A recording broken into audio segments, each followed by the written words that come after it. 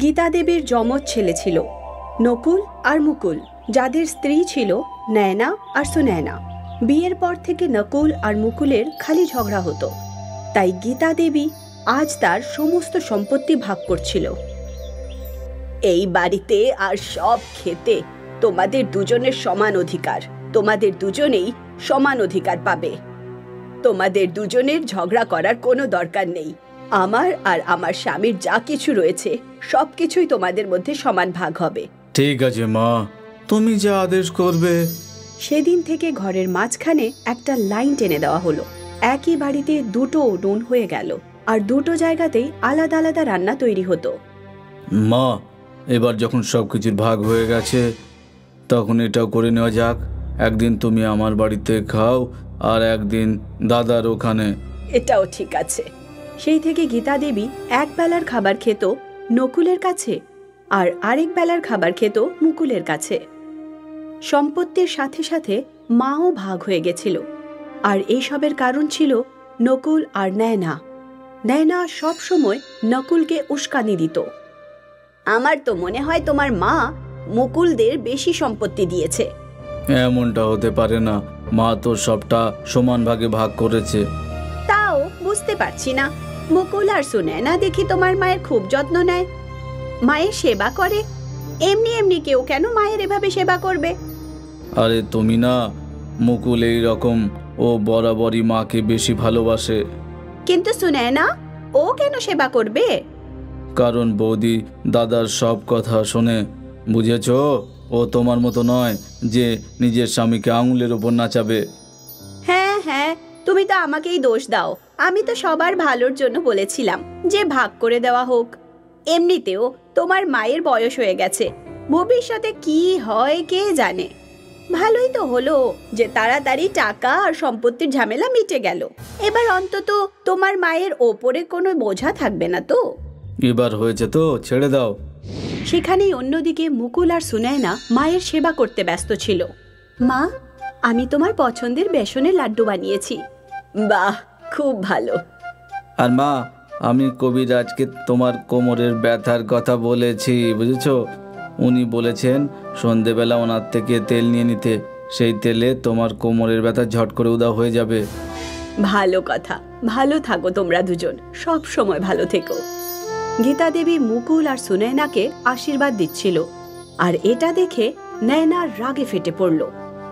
সন্ধেবেলায় যখন নয়নার পালা এলো, তখন নয়নাও খাবারের সাথে মিষ্টি বানালো।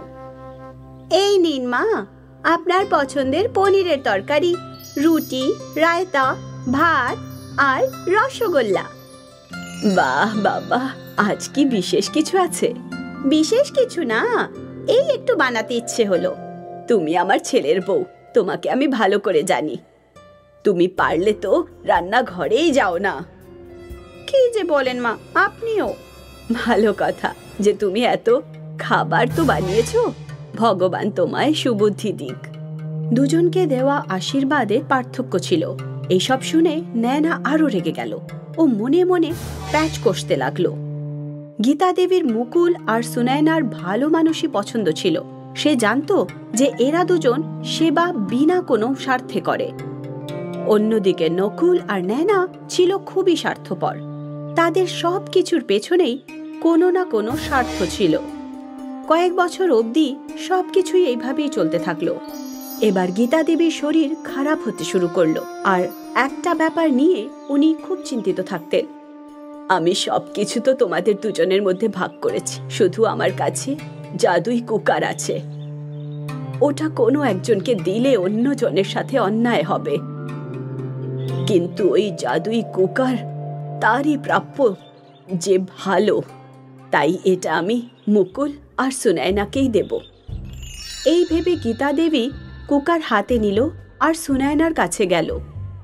আরে বাহ মা, পিতলের কুকার! ভাবলে পিতল আর ভাবলে সোনা, নিজের নিজের ভাবনার ওপর। আমি বুঝলাম না মা। আমি ওই কুকুরটা অনেকদিন পর দেখেছি মা। এটা আমাদের ছোটবেলায় ছিল না? হ্যাঁ, এটা আমাকে আমার মা দিয়েছিল। এটা আমাদের বংশের কুকার, কিন্তু এটা কোনো সাধারণ কুকার নয় বাবা, এটা জাদুই কুকার। জাদুই কুকার? এর জাদু আমি তখন বুঝতে পারলাম যখন তোমরা দুজন জন্মেছিলে। সেই সময় গ্রামে খরা ছিল, খাওয়ার জন্য কিচ্ছু ছিল না, লোকেরা খিদেতে মরে যাচ্ছিল। তখনই আমাদের পরিস্থিতি একটু ভালো ছিল, তাই আমাদের দ্বারা যেটুকু সম্ভব আমরা করেছিলাম। ক্ষুধার্তদের খাবার দিতাম, আর তারপর আমাদেরও সব সবজি শেষ হয়ে গেল। একটা সময় এমন এলো যে আমাদের কাছেও খাবার কিছুই রইল না। সেই সময় আমার মায়ের কথা মনে পড়ল, আর আমি এই জাদুই কুকারকে উনুনে বসিয়ে দিলাম, আর সেটাও শুধু জল ভরে। আর কুকারের কাছে পোলাও চাইলাম, আর মুহূর্তের মধ্যেই পুরো কুকারটা পোলাওয়ে ভরে গেল। সেই সময় আমরা সবাই পেট ভরে খাবার খেয়েছিলাম, আর সব ক্ষুধার্তদেরও খাইয়েছিলাম।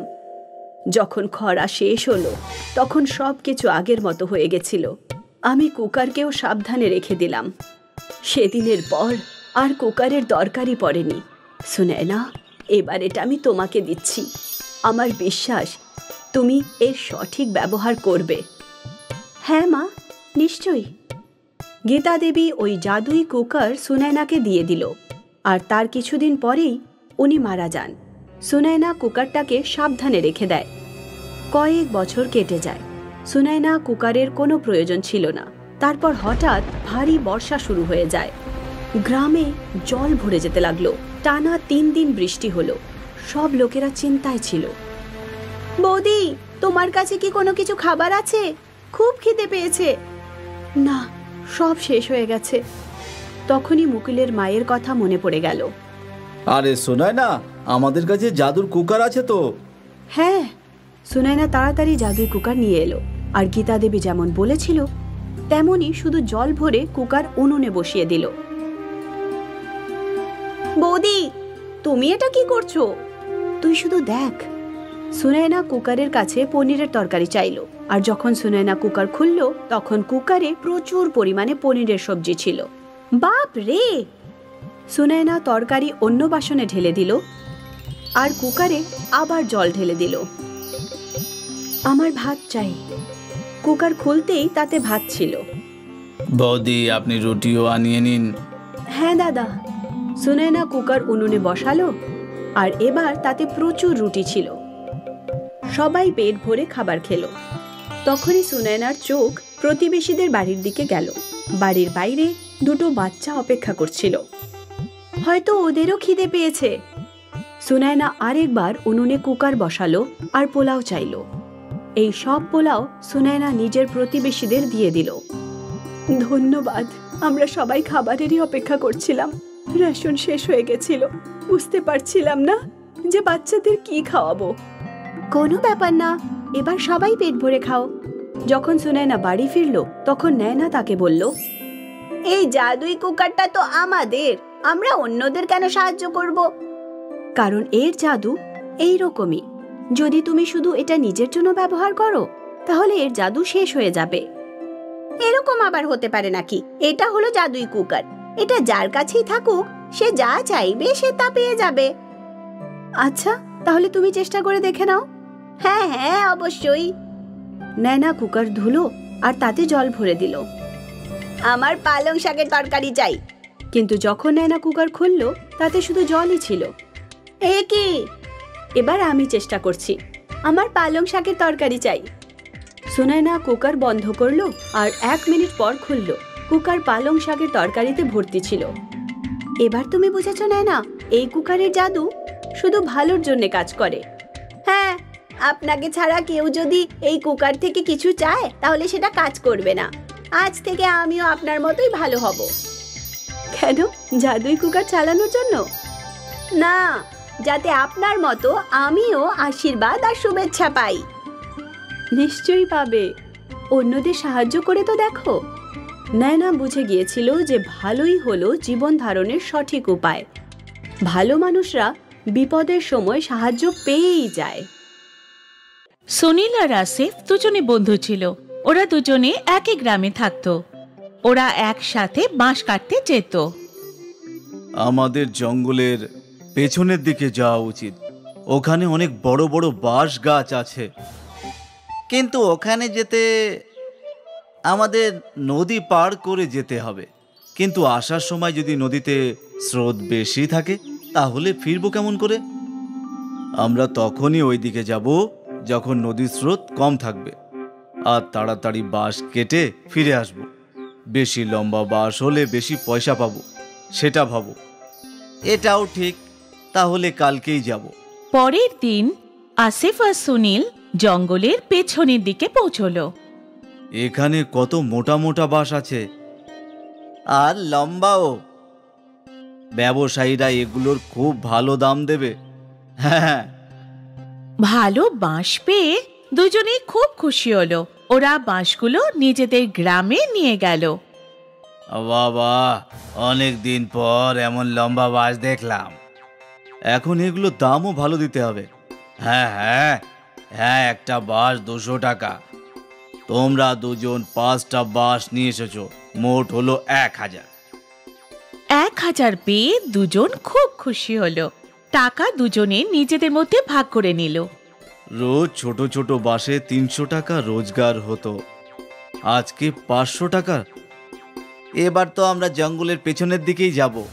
হ্যাঁ, সেদিন থেকে ওরা দুজন নদী পার করে বাঁশ নিয়ে আসতো, আর ব্যবসায়ীও ওদের ভালো টাকা দিত।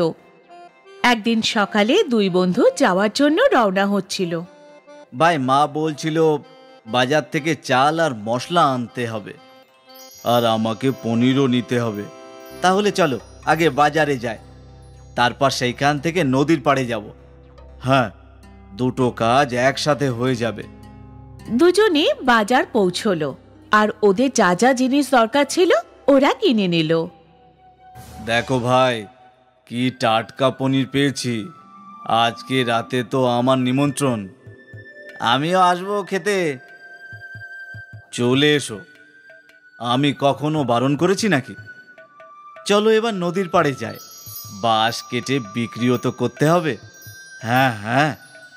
তারপর ওরা জঙ্গলের দিকে রওনা দিল।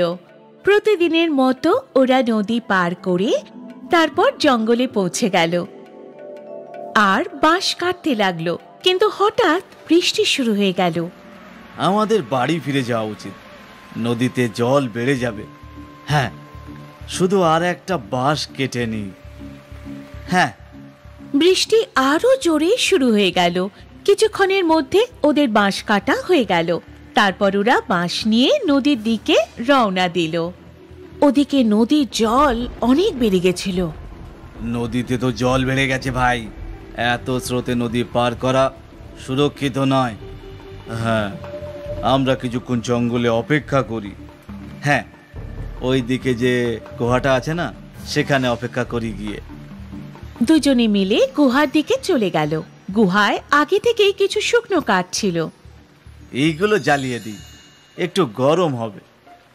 আসিফ যে জিনিসগুলো কিনেছিল সেখানে ম্যাচ বক্সও ছিল। আসিফ ওই শুকনো কাঠে আগুন জ্বালিয়ে দিল, আর দুই বন্ধু আগুন পোহাতে লাগলো। খুব খিদে পেয়েছে ভাই আমারও। শোন, আমরা কিছু বানিয়ে নিই। এমনিতে কিছু জিনিস তো আমাদের কাছে আছেই, কিন্তু আমরা কি করে বানাবো? আমাদের কাছে বাসন তো নেই। তখনই আসিফের নজর পড়ল বাঁশের ওপর। আমাদের কাছে বাঁশ তো আছে, বাঁশের ভেতরে খাবার বানাতে পারবো। কিভাবে? তুমি বাম্বু বিরিয়ানির কথা শোনোনি? না, বাম্বুতে বিরিয়ানি আবার হয় নাকি? কিন্তু আমাদের কাছে মাংস কোথায়? মাংস নেই তো কি হয়েছে, আমাদের কাছে পনির তো আছে। পনির বিরিয়ানি খেয়ে নেব। কিন্তু কি করে? তুমি শুধু দেখো। আসিফ দুটো বাঁশের টুকরো কাটলো। ওর কাছে যে চাল ছিল ধুয়ে নিল। বাঁশের ভেতরে চাল, মশলা, জল, লবণ আর পনির দিয়ে দিল। তারপর বাঁশের একদিকে গাছের পাতা ভরে বাঁশের মুখ বন্ধ করে দিল।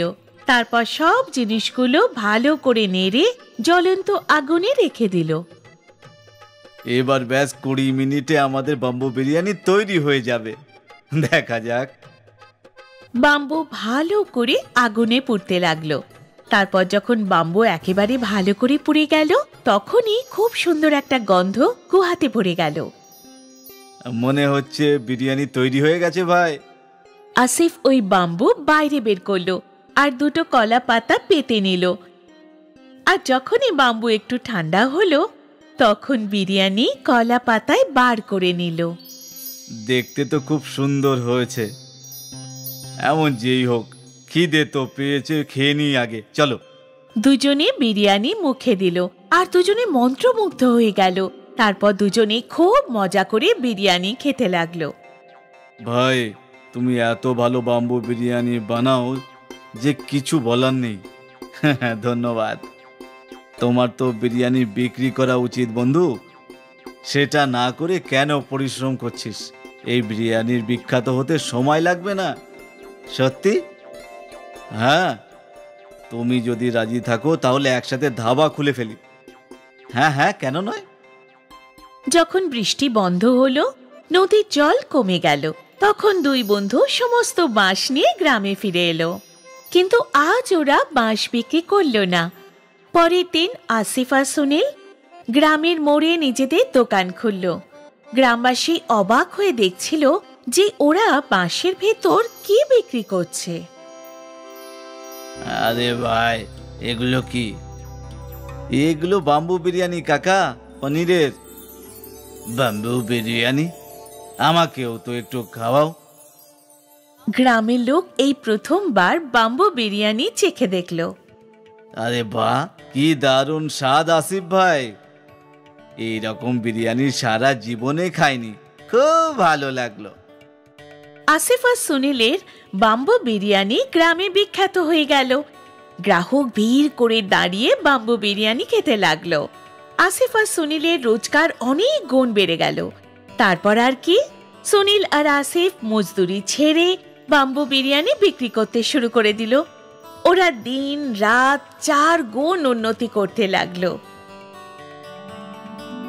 অনেক দূর দূর থেকে লোক বাম্বু বিরিয়ানি খেতে আসতো। আর দেখতে দেখতে ওদের গ্রামে একটা বড় হোটেল খুলে গেল আর দুজন অনেক বড় লোক হয়ে গেল। কোনোদিনও ভাবিনি যে এইসবও হতে পারে।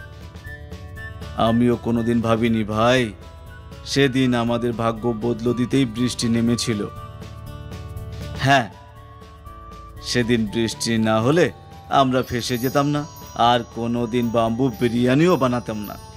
ভাই, এসব আগে থেকেই লেখা ছিল। বিধাতা আগে থেকেই সবার জন্য ভাগ্য লিখে দেয়।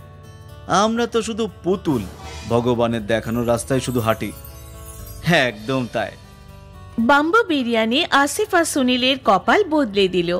ওরা দুজনে জীবনের অনেক বড় ব্যাপার বুঝতে পারল। বিপদে পড়লেই জীবনে নতুন পথ খুঁজে পাওয়া যায়, আর ভাগ্য কবে বদলে যাবে সেটা বলা যায় না। শওকত মিয়ার বিরিয়ানির দোকান ছিল। লোকেরা খুব তৃপ্তি করে ওনার বিরিয়ানি খেত। বাহ সৈকত ভাই, কি স্বাদ! ধন্যবাদ ধন্যবাদ। বিরিয়ানির স্বাদ ভালো ছিল, এই জন্য ওদের রোজগারও ভালো হতো। শওকত মিয়া প্রতি মাসে 20,000 টাকা নিজের মায়ের হাতে তুলে দিত। বাবা, এখন যখন তোর রোজগারও ভালো হচ্ছে, আমি ভাবছিলাম যে তোর বিয়েই দিয়ে দিই। আর কতদিন অবধি আমি একা ঘরের আর পরিবারের ব্যবসা সামলাবো বল? তোর বিয়ের পর নদীমেরও বিয়ে করাতে হবে না?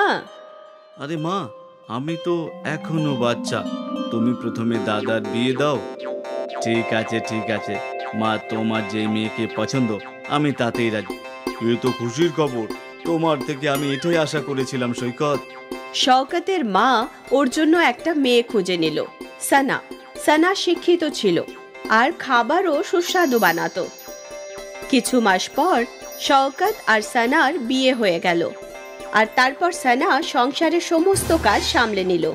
মা, তোমার হাতের খাবারের স্বাদই আলাদা।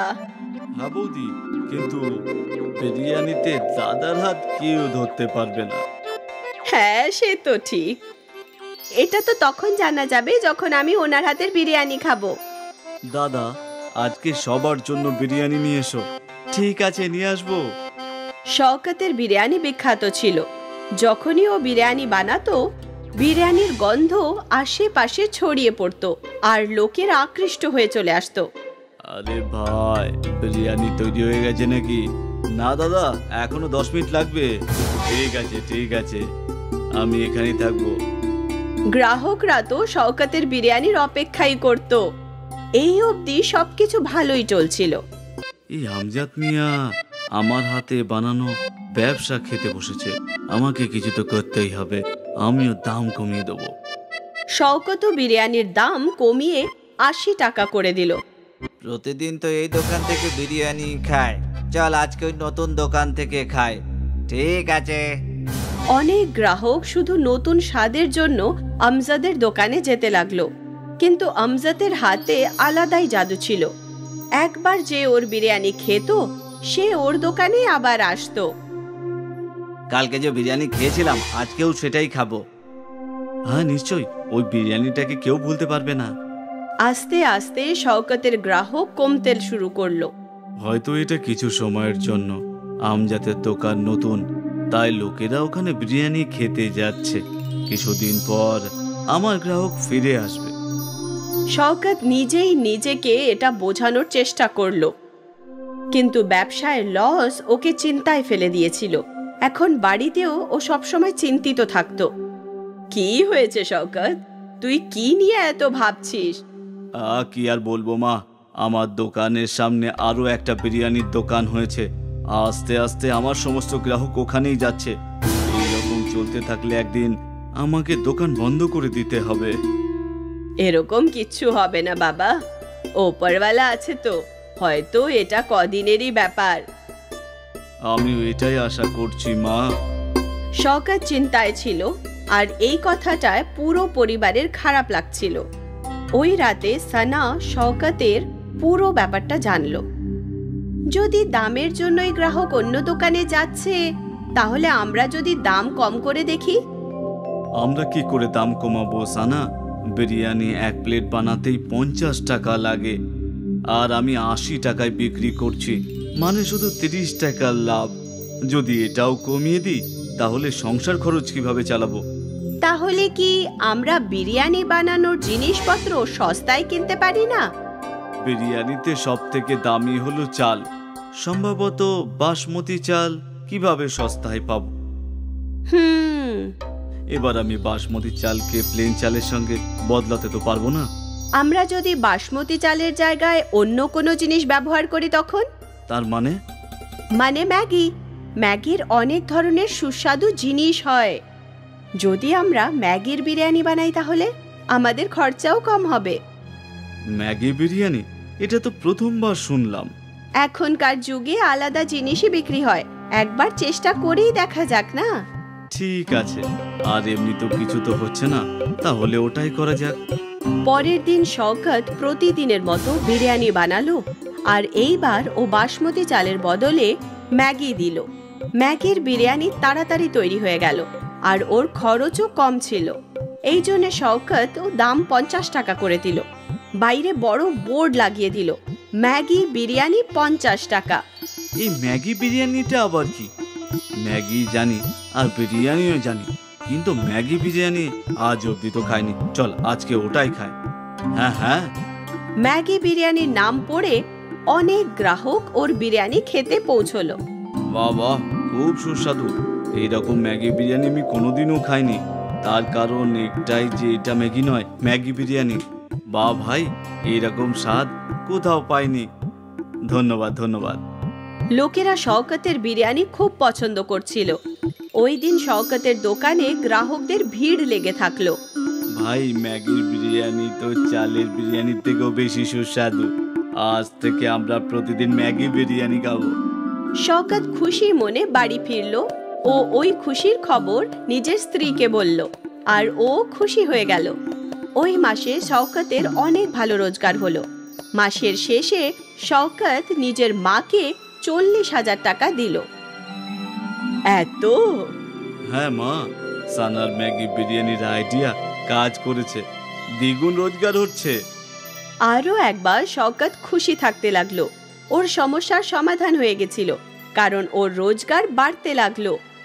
ম্যাগি বিরিয়ানি বিখ্যাত হয়ে গেছিল।